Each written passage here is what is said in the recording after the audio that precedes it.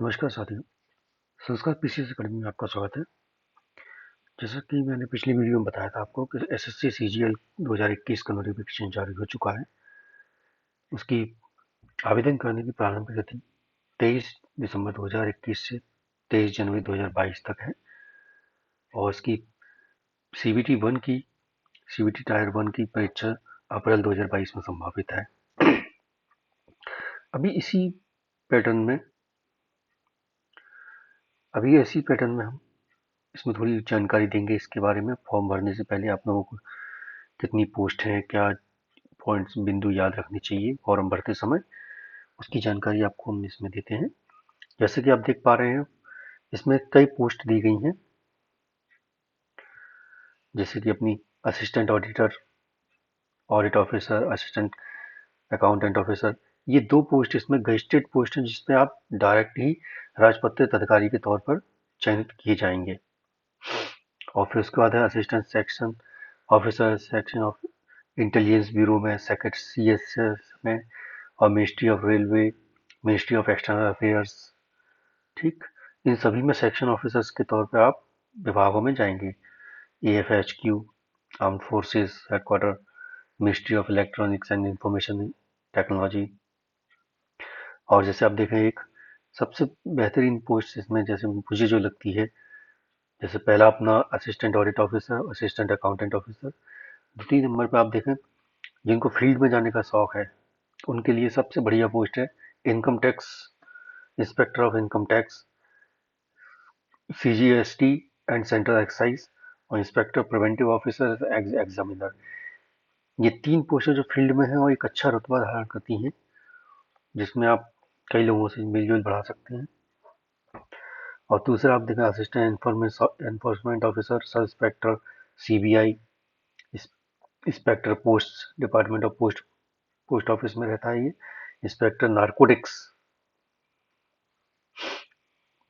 ऐसे इसमें देखें तो बहुत ऐसे पद हैं जो कि एक अपने आप में एक अलग गरिमा रखते हैं।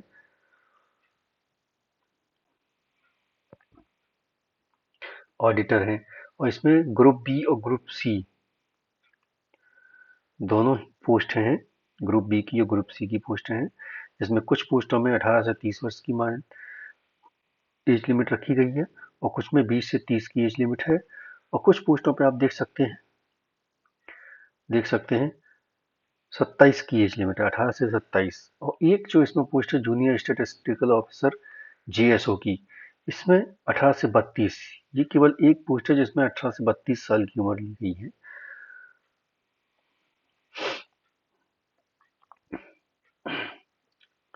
ग्रुप सी की अधिकतर पोस्टों में 18 से 27 की एज लिमिट है।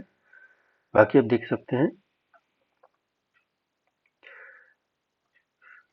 नागरिकता इंडिया का नागरिक होना चाहिए। एज लिमिट आप देखें 18 से 27।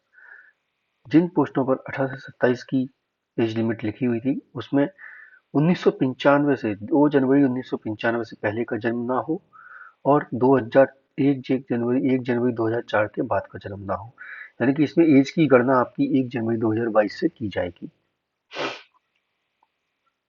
जिन पोस्टों पर 20 से 30 वर्ष लिखा था, उसमें 2 जनवरी 1992 से पूर्व का जन्म ना हो, और 1 जनवरी 2002 के बाद का जन्म ना हो। ऐसे ही आप देख सकते हैं 18 से 32 वाली, 18 से 32 वाली, इसमें 1990 2 जनवरी 1990 से पूर्व का जन्म ना हो, और 1 2004 के बाद का जन्म ना हो आपका। जो भी आयु सीमा में छूट दी जाती है वो सभी निम्नानुसार हैं। जैसे SC/ST में 5 वर्ष की आयु में छूट रहेगी, ओबीसी में 3 वर्ष की, जो सरकार के द्वारा नियत की गई है पहले से ही। अब इसमें आप देखें, एसेंशियल एजुकेशनल क्वालिफिकेशन, उसमें assistant auditor officer, assistant accountant officer, इसमें बैचलर डिग्री मान्य रहेगी। इसमें डिजायरेबल रहेगा सीए की, या मैनेजमेंट का accountant, management cost and management accountant का कोई कोर्स किया हो, या कंपनी सेक्रेटरी, या मास्टर ऑफ कॉमर्स में, या मास्टर ऑफ एमबीए किया हो, या master of MBA in finance and economics किया हो। मतलब ये इनकी मानी रहेंगी, डिजायरेबल क्वालिफिकेशंस रहेंगी, अगर होती हैं तो उनको प्राथमिकता मिलेगी। अब जैसे जूनियर स्टेटिस्टिकल ऑफिसर, सांख्यिकी अधिकारी, जूनियर सांख्यिकी अधिकारी जैसे हैं, इसमें बैचलर डिग्री रहेगी विद मैथ्स के साथ में, लिखा हुआ 60% के साथ में मैथ्स में आप डिग्री होगी तो आपको bachelor degrees in any subject from recognised university और institute with at least 60% marks in mathematics at 12th। Graduation की डिग्री हो लेकिन 12वीं में 60% से ऊपर मैथ्स में मार्क्स होने चाहिए, तब आप इस पोस्ट के लिए एलिजिबल माने जाएंगे।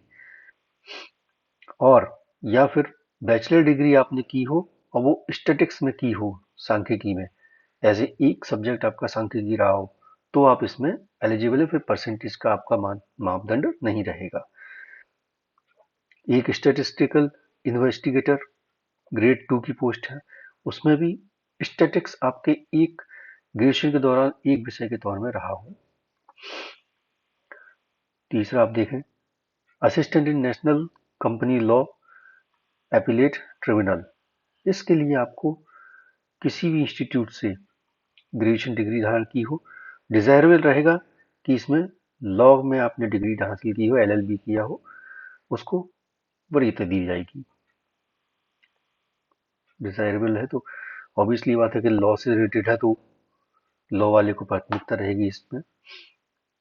बाकी आप देखें ऑल अदर पोस्ट के लिए आप देख सकते हैं, जैसे सिंपल ग्रेजुएशन करी हो आपने, स्नातक डिग्री धारण की हो, आप इसमें अप्लाई कर सकते हैं, बाकी अदर पोस्ट के लिए इनको छोड़कर।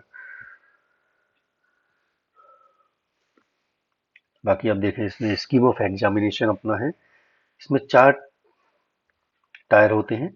टायर 1 कंप्यूटर बेस्ड होता है, टायर 2 भी कंप्यूटर बेस्ड होता है, ओटीपी में ऑब्जेक्टिव टाइप होते हैं। टायर 3 इसमें पेन एंड पेपर मोड में होता है, डिस्क्रिप्टिव मोड में होता है।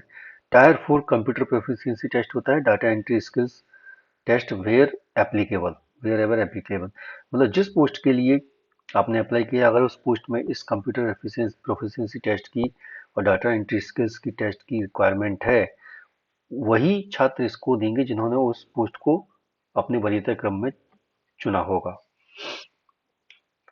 अब जैसे अपन देखते हैं कि जो पहले टायर 1 और टायर 2, टायर 1 और टायर 2 के लिए आपको रहेगा, टायर 1 में अपन देखें 4 सेक्शन रहेंगे, 25-25 क्वेश्चन रहेंगे और 50-50 नंबर के रहेंगे। जैसे जनरल इंटेलिजेंस और रीजनिंग, इसके 25 क्वेश्चन आएंगे 50 मार्क्स के। जनरल अवेयरनेस के 25 50 मार्क्स के। क्वांटिटेटिव एप्टीट्यूड, इंग्लिश कॉम्प्रिहेंशन, सभी के 25 क्वेश्चन रहेंगे और 50-50 मार्क्स के होंगे। कुल टोटल 200 नंबर का पेपर होगा और आपका 100 क्वेश्चन आएंगे। इसमें आपको 1 घंटे का समय मिलेगा। कितने? 1 घंटे का समय मिलेगा आपको 100 क्वेश्चन करने के लिए टायर 1 में। इसमें आपका 0.5 मार्क्स की नेगेटिव मार्किंग रहेगी। टायर 2 में आप देख सकते हैं, पहला पेपर होगा आपका क्वांटिटेटिव एबिलिटीज का, 100 क्वेश्चन होंगे, 200 मार्क्स का होगा, 2 घंटे का होगा। बाकी आप देखें paper 2 English language and comprehension का होगा, 200 क्वेश्चन आएंगे, 200 मार्क्स के आएंगे, ये भी 2 घंटे का रहेगा। फिर पेपर 3 स्टैटिक्स का रहेगा, 100 क्वेश्चन आएंगे 200 नंबर के। Paper 4 general studies finance and economics, 100 question आएंगे 200 नंबर के। अब इसमें से देखा जाए तो ये पेपर 1 टायर 2 में जो पेपर 1 और पेपर 2 है, ये सभी पोस्ट के लिए कॉमन रहेगा, सभी पोस्टों के लिए इसको अनिवार्य रहेगा, ये 2 पेपर अनिवार्य रहेंगे। और तृतीय पेपर जो है स्टैटिक्स, इसमें आप देख सकते हैं टायर 2 में पेपर 3 ओनली हु है अप्लाई फॉर द जेएसओ और स्टैटिक्स डिपार्टमेंट इन्वेस्टिगेटर के लिए, उनके लिए ही एप्लीकेबल रहेगा, केवल जीएसओ के लिए और स्टैटिस्टिकल इन्वेस्टिगेटर ग्रेड 2 के लिए। और पेपर 4 जो रहेगा अपना टायर 2 में, वो एप्लीकेबल रहेगा only for the assistant assistant auditor, audit officer और असिस्टेंट अकाउंटेंट ऑफिसर के लिए। और टायर 3 में जैसा कि आप देख पा रहे हैं, पेन और पेपर मोड है, यानी कि डिस्ट्रिक्ट डिस्क्रिप्टिव मोड में रहेगा अपना। ये 1 घंटे का पेपर होगा, जिसमें 100 मार्क्स का होगा ये। इसमें अपन देखें, डिस्क्रिप्टिव मोड में पेपर इन इंग्लिश और हिंदी में आएगा। राइट ऑफ इसमें ऐसे, प्रेसिस, लेटर और एप्लीकेशंस लिखने के लिए आते हैं, जो आप हिंदी या इंग्लिश जो भी आपने माध्यम रहा हो उसमें आप चूज कर सकते हैं, लिख सकते हैं।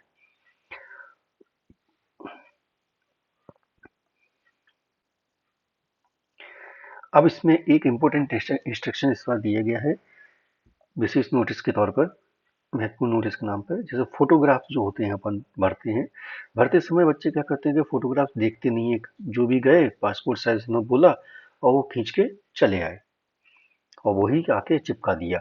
तो वो उससे क्या होता है, कभी कभी क्या है कि फोटोग्राफ्स की कोई सेटिंग, जैसे उसकी केबी में नहीं आ रहा है, उसकी लंबाई चौड़ाई बराबर नहीं है जो इसमें रिक्वायर्ड है, या बैकग्राउंड सही नहीं है, या कोई चश्मे के साथ में लगा के आ गया फोटो, या स्पेक्टेकल्स लगाए, गोगल्स लगाए, किसी का एक कान नहीं दिख रहा है। ऐसे फोटोज को इन्होंने इस बार डिनाई किया है और स्पेशल नोटिस निकाल के आपको जानकारी दी है। इसमें इन्होंने लिखा है कि आपका जो फोटो है, फोटोग्राफ है पासपोर्ट साइज, वो जेपीईजी फॉर्मेट में होना चाहिए, 20 से 50 केबी के बीच होना चाहिए, और should be not more than 3 महीने से ऊपर का फोटोग्राफ नहीं होना चाहिए नोटिफिकेशन जारी होने से पहले। जैसे 23 दिसंबर को नोटिफिकेशन जारी हुआ है, तो 23 दिसंबर से 3 महीने पहले आप जोड़ लीजिए। जैसे नवंबर, अक्टूबर, सितंबर, सितंबर से पहले का फोटोग्राफ नहीं होना चाहिए आपका। 23 सितंबर के बाद ही खींचा हुआ फोटोग्राफ मान्य माना जाएगा। अब इसमें आप देख सकते हैं आगे और हम्म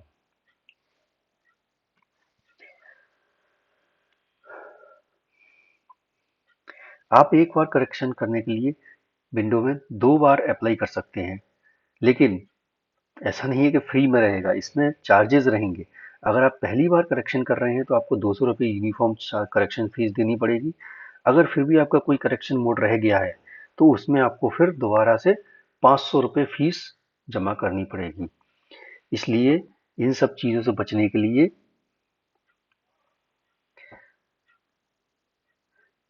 ये जो चार्जेस हैं, करेक्शन चार्जेस, इनसे बचने के लिए आप पहली ही बार में जो फॉर्म भरने जाएं, जब भी आप पहली ही बार में ये तय कर लें कि मतलब मैं जो कॉलम भर रहा हूँ वो बिल्कुल मेरी समझ से बिल्कुल सही है और इसमें कोई भी त्रुटि नहीं है और ये बिल्कुल करेक्ट है। नहीं तो अन्यथा क्या होगा कि पहली बार आप करेक्शन के लिए जाएंगे तो 200 रुपये आपकी यूनिफॉर्म करेक्शन चार्जेस लग जाएंगे।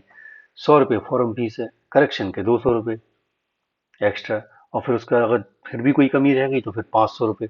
मतलब अपने को एक फॉर्म जो 100 रुपये में भरना होता है, चार्जेस जोड़ के 150 160 का भरेगा, वो फॉर्म अपने को कितने का पड़ गया, 900 रुपये का। तो इन सब चीज़ों को, छोटे छोटे बिंदु होते हैं लेकिन छोटे छोटे कभी कभी क्या अपन जल्दबाजी में भूल जाते हैं, तो इन सब चीज़ों का ध्यान रख के ही फॉर्म भरना। तीसरा बिंदु जो फोटो की मैं बता रहा था बात आपको, ये फोटो का ये है, देखिए एक्सेप्टेबल फोटो जो रहेगा, दोनों कान दिखने चाहिए, सीधा फेस आना चाहिए आपका। इसमें जहां तक आप ऐसा करें, कोई भी गॉगल्स या स्पेक्टिकल्स यूज ना करें, और बैकग्राउंड जो रखें व्हाइट रखें। और जिस दिन फोटो खिंचाने जाएं आप ये सुनिश्चित कर लें कि आपने डार्क कलर का शर्ट पहना हो, तो क्या बैकग्राउंड व्हाइट रहेगा तो आपका जो डार्क शेड है डार्क कलर शर्ट का, तो वो एक अलग दिखेगा। तो इसलिए डार्क शेड पहन के जाएं, ये मेरी तरफ से आपको मतलब बता रहा हूं मैं। ठीक है, तो इसमें व्हाइट बैकग्राउंड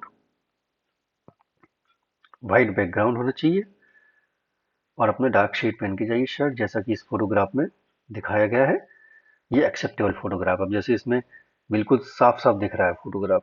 अब जैसे ये कोई ब्लर हो गया, एक्स्ट्रा कलर हो गया उसमें, या कोई टू छोटा हो गया, कोई हेड लगा लिया, या ब्लर फोटोग्राफ हो गया, इन्वर्टेड हो गया, ये उल्टा हो गया, जैसे ये देखिए ब्लर हो गया, ये भी ब्लर हो गया, ये बहुत ज़्यादा डार्क कर दिया, ये गॉगल्स के साथ में, ये स्पेक्टिकल्स के साथ में भी अलाउ नहीं है इस बार। टू स्मॉल, बहुत छोटा हो गया, फेस साइड में, एक कान नहीं दिख रहा है। इसलिए क्योंकि इसमें क्या है, कुछ पोस्टें ऐसी हैं जो कि वर्दीधारी पद हैं, जैसे inspector of income tax, preventer officer, इस टाइप से। तो उसमें क्या रहता है कि उसमें दोनों कान बिल्कुल फिजिकली फिट होना चाहिए बंदा, कोई भी मतलब डिफॉल्ट नहीं होना चाहिए बॉडी में। तो उस सब चीज़ों को देखते हुए चेहरे पे देखते हैं, फिर बाद में जब मेडिकल होता है तो उसके बाद वो सारी चीज़ें देखी जाती हैं। तो ये फोटोग्राफ का एक बिंदु था, ये मैं क्लियर किया। अभी आप जाइए और अपना फॉर्म सबमिट कीजिए, जिससे आपका भविष्य उज्जवल हो। और मैं कामना करता हूँ कि जो भी बच्चे इसमें सम्मिलित हों, अपनी एक सीट, एक पोस्ट पक्की करें, क्योंकि इसमें लगभग वैकेंसीज जो पिछले 2 साल के ट्रैक रिकॉर्ड में देखा गया है कि 8,000 से ऊपर ही वैकेंसीज निकली हैं। तो इस बार भी उम्मीद यही रहेगी जब भी वैकेंसी अपडेट आएगा कि 8,000 से ऊपर ही वैकेंसीज,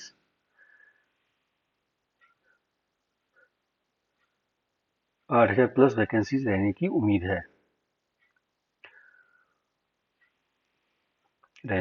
है। तो इसलिए जो भी छात्र इसमें अपने आप को पात्र समझते हैं, जो इसकी उनको लगता है कि यह अच्छी पोस्ट है, मुझे इसमें जाना चाहिए, तो बिल्कुल संपूर्ण मन से अपनी तैयारी करें, क्योंकि ये एक, जहाँ तक मैं समझता हूँ, आईएएस के बाद ये एक अच्छी पोस्ट है इसमें जो आती हैं, क्योंकि इसमें जो भी फर्स्ट प्रमोशन होगा आपका ग्रुप बी वालों का, वो सीधा एक गजिस्टेड ऑफिसर के तौर पे होगा। तो मेरी माने तो ये बहुत अच्छा मौका है। आप जाइए, फॉर्म सबमिट कीजिए और अपनी तैयारी शुरू कीजिए, क्योंकि इसमें प्रथम चरण सीबीटी होगा, फिर उसका द्वितीय चरण होगा, फिर तृतीय चरण जिन्होंने पोस्ट ए पहला और दूसरा भरा होगा और जीएसओ का या स्टैटिक्स का भरा होगा, तो उनके लिए तीसरा चरण भी रहेगा। तो इस वजह से आप तैयारी शुरू कीजिए अपनी। जो भी मेरे से मार्गदर्शन मिलेगा वो आपको देता रहूँगा, और जब समय समय पर आपको सूचना मिलती रहेंगी, और कुछ टिप्स भी मिलते रहेंगे इसमें कि कैसे इसकी तैयारी करें, कैसे क्या रहेगा, सब चीज़ आपको मिलती रहेगी इसमें एक रणनीति के तहत। मैं आपको 1 जनवरी के बाद इसका पूरा रणनीति बता के दूंगा। तो अभी आप जो भी है अपना तैयारी शुरू कीजिए, जितना अभी कर रहे थे उसी का अपन अपना कार्य पढ़ते रहिए। So best of luck for the 2022। ये आपके लिए एक ग्रेट ईयर रहे, जिसमें आप एक अधिकारी बनकर उभरें और एक अच्छी पोस्ट पर चयनित हों।